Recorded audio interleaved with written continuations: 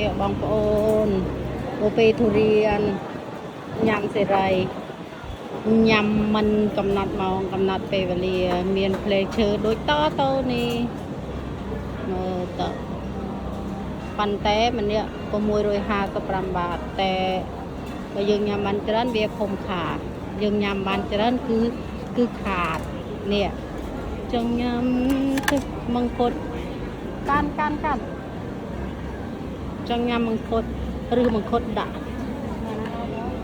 นี่นะ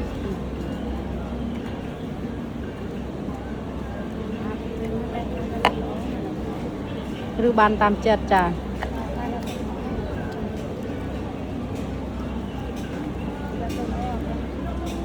เนี่ย